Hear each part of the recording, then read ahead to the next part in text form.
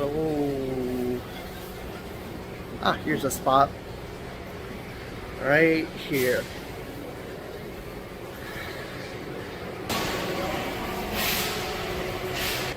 Alright. So, there's a couple of things I want to talk to you guys about.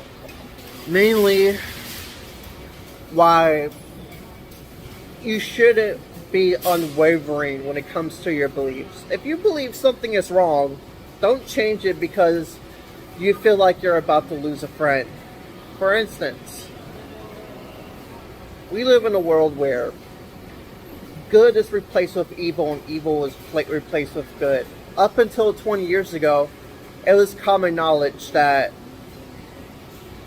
life in a woman's stomach was life.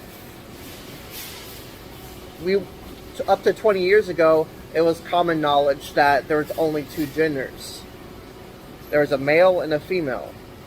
Up to 20 years ago, it was common knowledge that marriage was sacred and it was considered to be a really precious gift if treated properly. Now we live in a decade where people are so lost and confused and are clueless on how things are supposed to work because we have these cell phones where people just believe everything they see. I can make a TikTok account and tell you random things about our president, and you will believe it because I sound smart and intelligent, and you probably won't even fact check it. That's our country today. They believe just about everything our country says on the internet. And that brings me to my point. This weekend I lost a friend, which is fine. Like, friends come and go, but I lost a friend because I disagree with abortion. I do. The reason I disagree is because of something called a census. A census is basically a documentation of why the person chooses to get an abortion. Most abortion clinics, they tell the patient this is kept anonymous, but that's actually not true. Planned Parenthood does this thing where they tell you it's anonymous, but they go back around and say, and posts it onto their census. It's anonymous, but it goes onto their census. They won't tell you.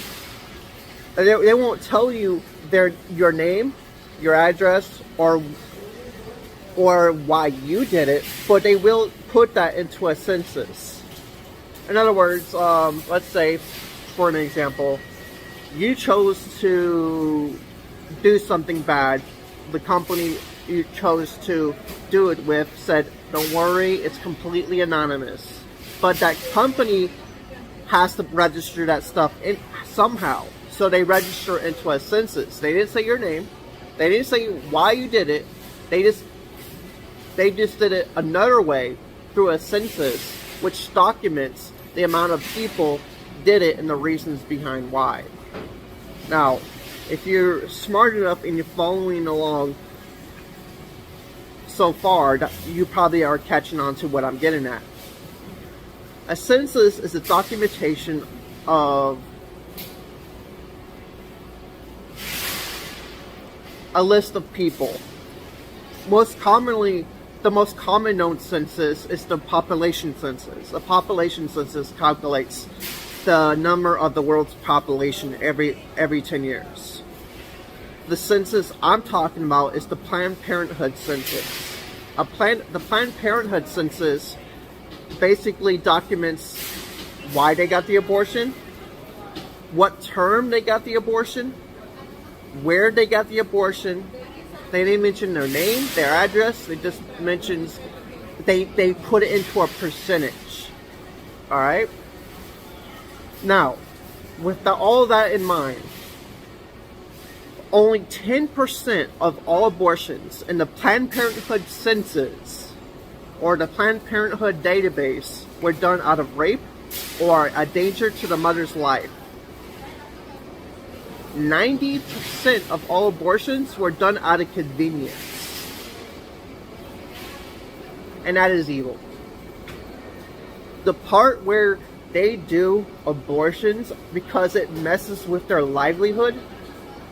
Oh, I couldn't keep the baby because I couldn't afford college. I couldn't manage my bills, or I couldn't afford the baby, and it's going to mess with my livelihood. You chose that. You chose that life when you chose to open up your legs to Ray Ray. You chose that life when you didn't have self-control. You chose that life when you chose to have sex outside of marriage.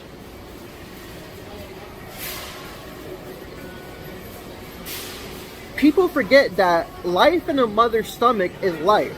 It's no longer the woman's body. So that body, my choice nonsense doesn't work. You're sharing your body with another life form. And let me ask you this. If life on Mars, if DNA on life, or if bacteria on life is considered life, if bacteria on Mars is considered life, how come we don't consider the same thing here on Earth? Scientists would actually argue that bacteria on Mars is actually considered life, to argue for life outside of our planet, but they would say the opposite about life inside a mother's womb. Makes no sense.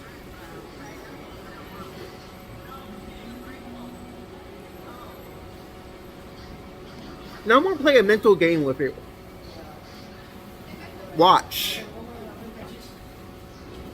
Clock. Phone. Smartphone. Grocery store. Labor work. Abortion. Murder. See, abortion is just a word that's been replaced with another word.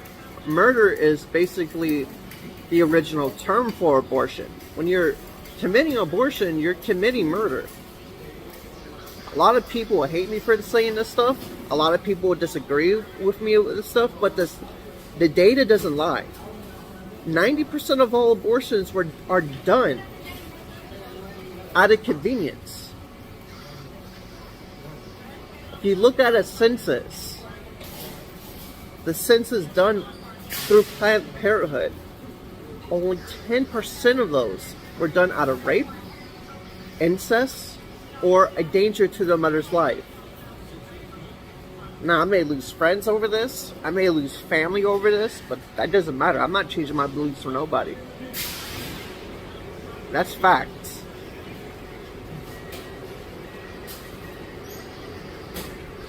I follow facts, not people's emotions, not people's feelings, not people's emotional state of mind or what happened to them. I follow facts.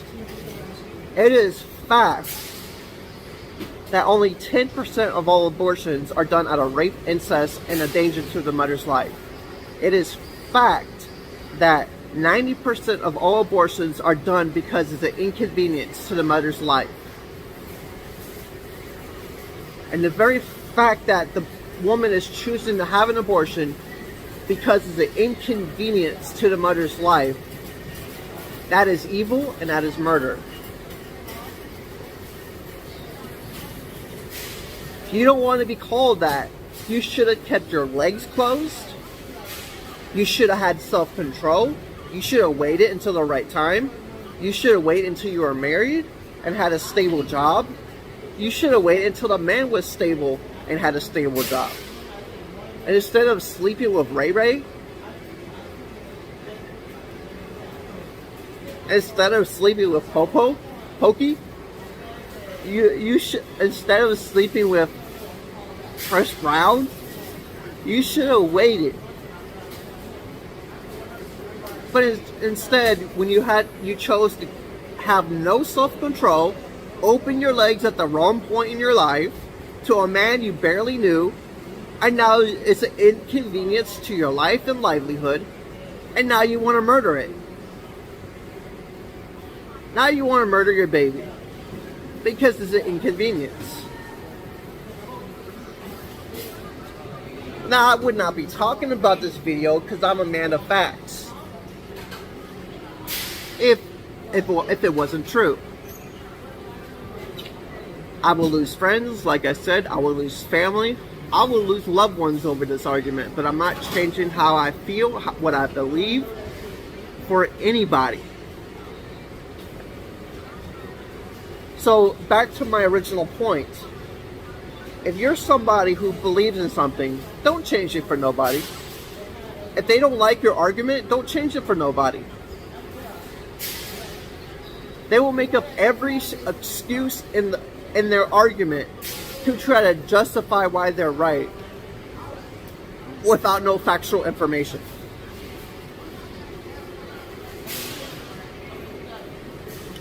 They will try to argue and take their argument to the grave, but only looking like a fool because their argument makes no sense. Because there's no way to justify murder. There's no way to justify murdering a baby. That's what abortion is. Abortion is murder. And here's another fact. 95% of all abortions are done in African communities. 70% of those are done in single mother homes. Still think abortion's good? Because the way I see it, abortion's racist. In fact, did you also know the owner and founder of Planned Parenthood was a KKK founder member?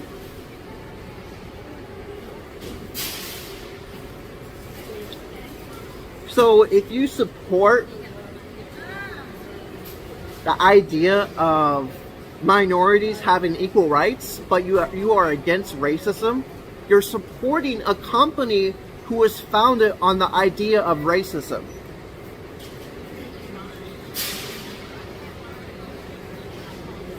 It doesn't matter how much good the company has done. Just like it didn't matter how much good Donald Trump did. It's still a company that's founded on racists. That's the argument cancel culture has been trying to push for years.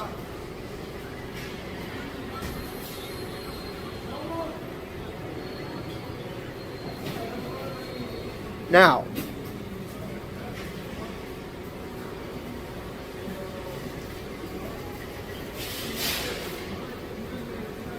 as a Christian, you should never support it.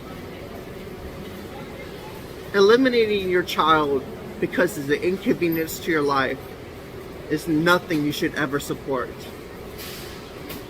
Christian or not. That's about it. That's all I wanted to talk to you guys about. But I might see you guys in a few minutes.